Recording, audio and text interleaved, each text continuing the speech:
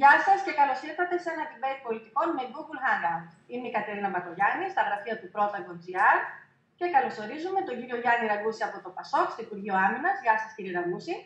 Καλή σας μέρα. Και τον κύριο Κυριάκο Μητσοτάκη από τη Νέα Δημοκρατία στο γραφείο του στο κέντρο της Αθήνας. Γεια σας κύριε Μητσοτάκη. Καλημέρα κύριε Μπακογιάννη. Το θέμα μας στο σημερινό debate είναι βεβαίως η χρηματοδότηση των πολιτικών κομμάτων και οι δύο σας απήχατε από την επίμαχη τροπολογία στη Βουλή. Μια τροπολογία που τα δύο κόμματά σας ψηφίσανε. Και το πρώτο ερώτημα είναι για εσάς, κύριε Ραγκούση, και είναι προφανές. Μήπως αντιδράσατε πολύ αργά, γιατί εσείς ήσασταν γραμματέας του κόμματος του ΠΑΣΟΚ και επί των ημερών σας γιγαντώθηκε το χρέος του ΠΑΣΟΚ? Πρώτον, δεν είναι ακριβές, είναι ψευδές, κυρία Μπακογιάννη, ότι επί των ημερών μου, που ήμουν γραμματέας από το 2008 στο 2009, γιγαντώθηκε το χρέος του ΠΑΣΟΚ. Απέναντία στο ΠΑΣΟΚ επί των ημερών μου. Δεν περιορίστηκε πάντως, κύριε Ραγκούση. Περιορίστηκε δραστικά, κύριε Μπακογιάννη. Και όταν λέω, με συγχωρείτε για να μην παρεξηγηθείτε, δεν εννοώ ότι είναι αυτό που είπατε δικό σας ψέμα. Είναι αυτό που εσείς επικαλεστήκατε ψέμα. Λέτε λοιπόν ότι οι σύντροφοί σας στο ΠΑΣΟΚ, οι οποίοι λένε ότι τα έξοδα του ΠΑΣΟΚ και επί των ημερών σας ως γραμματέας αυξάνονταν, δεν λένε την αλήθεια? Είναι μια κατηγορία πολύ σκληρή αυτή, κύριε Ραγκούση. Κυρία Μπακογιάννη, η αλήθεια είναι μαλότρα. Και η αλήθεια δεν είναι κατηγορία, η αλήθεια είναι αλήθεια. Και εγώ λοιπόν είπα την αλήθεια και σας λέω ότι μάλιστα δεν τη λέω τώρα μόνο σε αυτή τη συζήτηση που έχουμε. Έχω εκδώσει και προσωπική ανακοίνωση αναλαμβάνοντας και την ευθύνη των ισχυρισμών μου. Όμως επιτρέψτε να σας πω ότι κατά τη γνώμη μου το σημαντικό για μένα δεν είναι αν ως γραμματέας είναι έτσι ή δεν είναι, που είναι για μένα σημαντικό προσωπικά. Για μένα σημαντικότερο, κύριε Μπακογιάννη, είναι ότι χρημάτισα υπουργός εσωτερικών της χώρας. Ήταν για μένα θέμα αρχής αξεπέραστο να μην ψηφίσω μια τροπολογία που τη χαρακτήριζα αποσπασματική, όταν ήξερα ότι ήταν πάρα πολύ εύκολο, απολύτως εφικτό, το μόνο που απαιτούσε ήταν πολιτική βούληση. Μαζί με αυτή την τροπολογία, ενδεχομένως ή και χωρίς αυτή, έρχονταν το κυριότερο 5 βασικές αλλαγές για να εξηγιανθεί το καθεστώς των οικονομικών των κομμάτων. Και νομίζω ότι. Για να πάμε και στον κύριο Μητσοτάκη, κύριε Ραγκούση, θα πάρουμε ένα-ένα για να μην μονοπολίσουμε την κουβέντα. Αυτό που λένε είναι ότι θα μένανε απλήρωτοι οι εργαζόμενοι στο ΠΑΣΟΚ αν δεν περνούσε αυτή η τροπολογία. Με αυτό δεν είχατε πρόβλημα εσείς ηθικό, επειδή επικαλείστε και την ηθική? Κυρία Μπακογιάννη, μισό λεπτό. Είναι λαϊκισμός. Οι εργαζόμενοι πρέπει να πληρωθούν γιατί δεν δούλεψαν. Αλλά όχι για να πληρωθούν οι εργαζόμενοι θα καταρρεύσει το πολιτικό σύστημα. Είναι απέναντίας, πιστεύω, αυτοκτονία για το πολιτικό σύστημα να λέει ότι εν ονόματι του να λύσω ένα ταμειακό πρόβλημα των κομμάτων για να πληρωθούν οι εργαζόμενοι, να αγνοήσω το γεγονός ότι βοάει η ελληνική κοινωνία για ένα πολιτικό σύστημα που σε αυτή την περίπτωση, αφού το πολιτικό σύστημα δεν έκανε τις αλλαγές και εσείς δεν το ψηφίζετε, οι εργαζόμενοι είναι μια παράπλευρη απώλεια για σας. Όχι, δεν είναι έτσι, κύριε Μπακογιάννη. Δικό σας συμπέρασμα. Εγώ λέω ότι αυτό είναι το εύκολο που θέτετε εσείς. Το μείζον για τη χώρα είναι να γίνει μεγάλη θεσμική αλλαγή. Είναι να εξηγιανθεί και η διακίνηση πολιτικού χρήματος και να ανακτηθεί η εμπιστοσύνη των πολιτών στους πολιτικούς. Πάμε στον κύριο Μητσοτάκη. Κύριε Μητσοτάκη, ο κύριος Ραγκούσης έθεσε πάρα πολλά θέματα, στα οποία θέλω βεβαίως και τη δική σας τοποθέτηση, αλλά θα σας θέσω και εσάς το ίδιο ερώτημα αρχικά. Μήπως και εσείς αντιδράσατε πολύ αργά και σε κάτι στο οποίο ο κύριος Γιαννίτσης είπε ότι αν δεν πληθυζόταν θα ήταν πολιτική ανομαλία, ότι έπρεπε τώρα να εκταμιευθούν αυτά τα χρήματα για να προχωρήσουν ομαλά οι εκλογές. Μήπως και εσείς αντιδράσατε λοιπόν έτσι με λαϊκισμό, να σας το πω? Κύριε Μπακογιάννη, εγώ τα ζητήματα της εξυγίανσης του πολιτικού συστήματος τα έχω θέσει στο δημόσιο διάλογο εδώ και χρόνια αρκετά. Εγώ θεωρώ αδιανόητο, αν θέλετε, η τελευταία απόφαση αυτής της Βουλής να είναι μια απόφαση ρύθμισης των οικονομικών των κομμάτων. Στέλνουμε σε μια εποχή απαξίωση του πολιτικού συστήματος το τελείως λανθασμένο μήνυμα. Και όφυλαν τα κόμματα να είχαν βάλει τα οικονομικά τους εντάξει εδώ και πάρα πολύ καιρό. Και δεν είναι επίσης καθόλου λογικό να εκταμιεύεται μια δόση η οποία προεξοφλεί τα ποσοστά των κομμάτων μέχρι τις 30 Ιουνίου, όταν γνωρίζουμε πολύ καλά ότι τα εκλογικά αποτελέσματα θα αλλάξουν στις 6 Μαΐου, άρα θα αλλάξει και ο υπολογισμός της κρατικής επιχορήγησης. Αυτό είναι όχι απλά εσφαλμένο, είναι τραγικό. Ήταν μια τροπολογία που απλώς βοηθούσε στην εκταμίευση του ποσού για να πληρωθούν αυτή τη στιγμή κάποια χρήματα προς το ΙΚΑ, προς τους εργαζόμενους, κάποια χρήματα που έπρεπε να εκταμιευθούν. Δεν ήταν μια τροπολογία για να πάρουν τα κόμματα επιπλέον χρήματα, κύριε Μητσοτάκη. Αλλά τα χρήματα αυτά γνωρίζετε πολύ καλά ότι έπρεπε να πάνε πρωτίστως στις τράπεζες.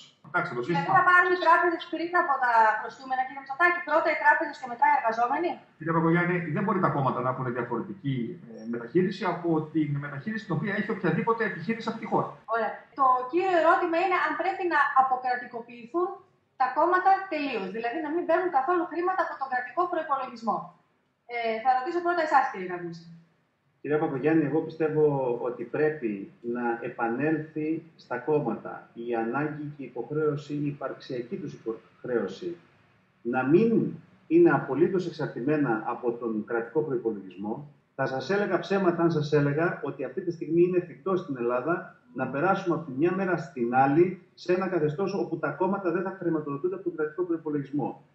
Ελλάδα χωρίς δημοκρατία, κατά τη γνώμη μου, δεν υπάρχει. Και δημοκρατία χωρίς κόμματα επίσης δεν υπάρχει. Κύριε Μητσοτάκη, ποια είναι η θέση σας σε αυτό? Θα πρέπει ο κρατικός προϋπολογισμός να απαλλαγεί από τη χρηματοδότηση των κομμάτων?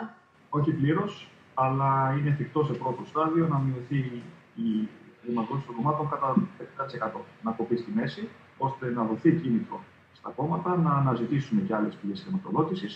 Και βέβαια, οι πηγές χρηματοδότησης, επιτρέψτε μου να πω, είναι συνδυασμένες και με τη συνολική αξιοπιστία των κομμάτων και τη συνολική του παρουσία.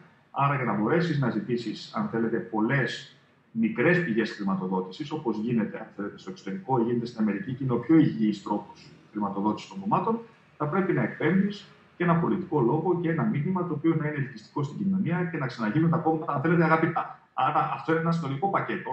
Θα μου πείτε, σήμερα μπορούν τα κόμματα. Άρα, ποτέ δεν θα μπορέσουν να απαλλαγούν τα κόμματα ή ο κρατικός προϋπολογισμός από τα κόμματα? Θα εξαρτηθεί. Εγώ σας είπα και θα συμφωνώ με τον κύριο Ραγκούση ότι αυτή τη στιγμή το να πεις ότι πάμε από το 100 στο 0 είναι ανέφικτο, αλλά μπορούμε να πάμε από το 100 στο 50 σε πρώτο στάδιο. Άλλα ερωτήματα για τη μείωση του πολιτικού κόστους. Πρέπει να μειωθεί ο αριθμός των βουλευτών σε 200, κύριε Ραγκούση? Ναι, έχω τοποθετηθεί και δημοσίως ότι αυτή η μεταβολή πρέπει να γίνει, αλλά δεν έχει νόημα όμως, πρέπει να σας το πω, κύριε Παπαγιάννη, να γίνει μόνη της. Δηλαδή, αν συνεχίσουμε τις μεγάλες εκλογικές περιφέρειες, το καθεστώς αδιαφάνειας στα οικονομικά των κομμάτων και το μόνο που θα πούμε είναι αντί να εκλέξουμε 300 βουλευτές, να εκλέξουμε 200, με συγχωρείτε πολύ, θα το πω ανεπιφύλακτα, έχουμε κάνει μια τρύπα στο νερό. Κύριε Μητσοτάκη, να μειωθεί ο αριθμός των βουλευτών σε 200? Ναι, ανεπιφύλακτα το έχω προτείνει εδώ και καιρό, δεν είναι ο μόνος. Συμφωνώ βέβαια ότι από μόνο του δεν θα λύσει το πρόβλημα. Πριν όμως την παρούσα χρονική συγκυρία, το πολιτικό σύστημα έχει την ανάγκη να δείξει στους πολίτες ότι θα λάβει και μέτρα τα οποία θα είναι επώδυνα και για το ίδιο. Και θα μπορούσε αυτή η απόφαση να ληφθεί σχετικά σύντομα, διότι το Σύνταγμα, θυμίζω στους τηλεθεατές μας, μάλλον και τηλεθεατές μας, όσοι μας παρακολουθούν σε αυτή την ενδιαφέρουσα πρωτότυπη διαδικτυακή συνέντευξη, ότι το Σύνταγμα επιτρέπει να έχουμε από 200 μέχρι 300 βουλευτές. Και σε συνδυασμό με μια αλλαγή του εκλογικού νόμου και με μικρότερες περιφέρειες, θα ήταν πραγματικά μια τολμηρή μεταρρύθμιση που θα έστελνε και ένα μήνυμα ότι είμαστε διατεθειμένοι να υποστούμε και εμείς πρώτοι το κόστος της αλλαγής του πολιτικού συστήματος, το οποίο επαγγελόμαστε. Να μειωθεί και ο μισθός του βουλευτή. Όταν ο μισθός του καθηγητή έχει μειωθεί στα 1.000 ευρώ, μπορεί ο μισθός του βουλευτή να είναι 5 με 6.000 ευρώ, κύριε Μητσοτάκη? Εγώ είχα, αν θέλετε, δώσει στο δημόσιο διάλογο μια πλατφόρμα η οποία ξεκινούσε με τον περιορισμό των προκλητικών, κατά την άποψή μου, προνομίων που απολάμβαναν και εξακολουθούν να απολαμβάνουν οι βουλευτές. Δεν χρειαζόμαστε βουλευτικό αυτοκίνητο. Συμπορικό μένα, αλλά έχει την αξία. Ρωτάω συγκεκριμένα αν πρέπει να μειωθεί ο μισθός του βουλευτή. Έρθω και διέξι στο μισθό. Δεν νοείται να πληρωνόμαστε έξτρα γιατί αυτό που προσμετράται στο μισθό, άρα είναι έμεση μείωση μισθού, για τις επιτροπές στις οποίες συμμετέχουμε. Οι επιτροπές αποτελούν, αν θέλετε, το κύριο αντικείμενο της κοινοβουλευτικής μας δουλειάς. Ο μισθός του βουλευτή έχει ήδη μειωθεί ως απολαβές κατά γύρω στο 30%. Θα μπορούσαμε να συζητήσουμε ακόμα μία μείωση των απολαβών των βουλευτών, αλλά σε καμία περίπτωση δεν θα πρέπει να πάμε και τελείως στο άλλο άκρο, να έχουμε βουλευτές οι οποίοι να μην μπορούν να ανταποκρίνονται στις βασικές υποχρεώσεις. Κύριε Μητσοτάκη, ποιος είναι ένας λογικός μισθός για τον βουλευτή? Γιατί μου τον μπλέξατε με τα προνόμια, μου τον μπλέξατε με τις επιτροπές. Όταν ο μισθός του καθηγητή είναι γύρω στα 1.000 ευρώ, ποιος είναι ένας λογικός μισθός βουλευτή? Αυτή τη στιγμή είναι γύρω στις 6.000 ευρώ.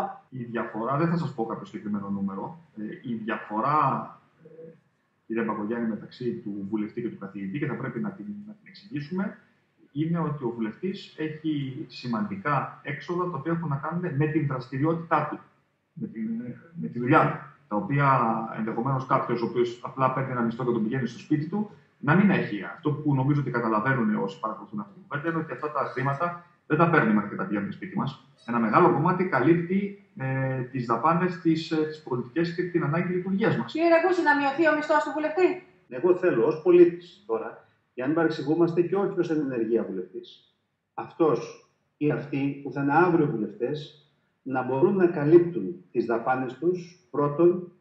Δεύτερον, να μην εξαναγκάζονται να παίρνουν από άδειλες πηγές, από σκοτεινές πηγές, χρήματα για να μπορούν είτε να ζουν την οικογένειά τους, είτε να ικανοποιούν τις ανάγκες τους. Άρα, να μειωθούν οι δαπάνες των βουλευτών και ταυτόχρονα βεβαίως να μειωθεί και ο μισθός του βουλευτή. Θα μου επιτρέψετε, το επιχείρημα που είπατε όμως είναι σαν να λέμε να παίρνει και ο γιατρός παραπάνω χρήματα για να μην υποχρεώνεται να παίρνει φακελάκι. Κυρία Παπαγιάννη, δεν εννοώ εγώ αυτό. Εγώ εννοώ ότι πρέπει αυτοί οι οποίοι νομοθετούν αύριο, αφήστε μας. Σας ξαναλέω, εγώ ως πολίτης σας τα λέω, δεν σας τα λέω ως βουλευτής. Εγώ θέλω αυτός που αύριο νομοθετεί να τον έχω περιφρουρήσει από κάθε άποψη, από κάθε πλευρά. Πώς όμως, όχι απλώς μειώνοντας, λέω, τον μισθό του ως βουλευτού, για να είμαι ωραίος στην απάντηση, όπως χαρακτηρίσατε πριν εσείς κατά τη γνώμη σας λαϊκισμό, ίσως ενδεχομένως κατά τη γνώμη κάποιων αυτό που κάναμε εμείς και δεν ψηφίσαμε τροπολογία, αλλά μειώνοντας και τις δαπάνες. Αυτό είναι το κρίσιμο θέμα και αυτό είναι βέβαιο ότι θα οδηγήσει σε μεγάλη μείωση των απολαβών του βουλευτή. Θα καταργηθεί ο αστιφύλακας για φρουρός που πληρώνει το δημόσιο στους βουλευτές και που πολύ συχνά οδηγεί, εκτελεί θέση σοφέρ ή ψώνια στο σούπερ μάρκετ. Ότι δεν συζητώ για το θέμα της ετεροαπασχόλησης, νομίζω ότι δεν το συζητά κανείς. Τώρα, το να φτάσουμε σε σημείο να πούμε ότι ένας βουλευτής να μην έχει καθόλου ασφάλεια, πρέπει να σας πω, δεν είμαι βέβαιος ότι αυτή τη στιγμή είμαι έτοιμος να πω ότι ναι, είναι κάτι το οποίο πρέπει να γίνει, είναι κάτι το οποίο δεν θα δημιουργήσει πολύ περισσότερα προβλήματα από αυτά που ενδεχομένως θα έλθουν. Κύριε Μητσοτάκη. Στην παρούσα φάση, κυρία Παπαγιάννη, όσοι πολιτευόμαστε και επιλέγουμε να το κάνουμε, δεν μας υποχρεώσει κανείς, βάζουμε όμως το κεφάλι μας στον τορβά. Διότι η κατάσταση σήμερα είναι εξαιρετικά τεταμένη. Αυτή είναι η πραγματικότητα και γνωρίζετε πάρα πολύ καλά ότι υπάρχει μια πολύ λεπτή γραμμή η οποία χωρίζει την φραστική αποδοκιμασία από το γιαούρτι, το ξύλο ή ομιγέννητο κάτι πολύ χειρότερο. Και η δημοκρατία οφείλει να προστατευτεί. Ένα ερώτημα προς τους δύο. Συμφωνήσατε σχεδόν σε όλα. Λέτε όμως, μάλλον οι αρχηγοί των κομμάτων σας λένε ότι δεν θα συνεργαστούν μετά τις εκλογές. Κύριε Μητσοτάκη, πόσο στοίχημα θα βάζατε ότι δεν θα συνεργαστεί η Νέα Δημοκρατία με το ΠΑΣΟΚ μετά τις εκλογές? Εμείς, ως Νέα Δημοκρατία, στοχεύουμε στην αυτοδυναμία. Δεν πετύχετε αυτοδυναμία, κύριε Μητσοτάκη. Αυτό είναι κάτι που θα το συζητήσουμε το βράδυ των εκλογών. Κύριε Ραγκούση, εσείς βλέπετε πιθανή μια συνεργασία με τη Νέα Δημοκρατία? Εγώ, κύριε Παπαγιάννη, βάζω στοίχημα ότι η συνεργασία ΠΑΣΟΚ Νέας Δημοκρατίας είναι αναπόφευκτη. Θεωρώ ότι πηγαίνουμε κατά ανάγκη σε μια νέα φάση κυβερνητικής συνεργασίας των δύο κομμάτων. Όμως, προσωπικά πιστεύω ότι η κυβέρνηση συνεργασίας που αναπόφευκτα θα σχηματιστεί μετά τις εκλογές θα πρέπει να συμπεριλάβει και το κόμμα του κ. Κουβέλη, την Δημοκρατική Αριστερά, γιατί πιστεύω βαθιά, κυρία Παπαγιάννη, στην ανάγκη να πετύχουμε μέσα από τη συμμετοχή τους ενδεχομένως δύο πράγματα. Ή εμείς να βρούμε μπροστά μας μία εναλλακτική που μέχρι τώρα δεν είχαμε βρει, ή εκείνοι επιτέλους να παραδεχτούν και να βοηθήσουν να συνειδητοποιήσει ο ελληνικός λαός ότι αυταπάτες, μύθοι και μαγικές εναλλακτικές λύσεις προφανώς δεν είναι υπαρκτοί και άρα να φύγουμε από αυτό που σήμερα νομίζω ταλαιπωρεί πάρα πολλοί Έλληνες πολίτες, ότι δηλαδή κάπου υπάρχει κάτι μαγικό που κάποιοι κακοί Έλληνες κυβερνώντες απλώς και μόνο δεν θέλουν να το χρησιμοποιήσουν. Σας ευχαριστώ πολύ και τους δυο σας. Και εμείς. Και εμείς.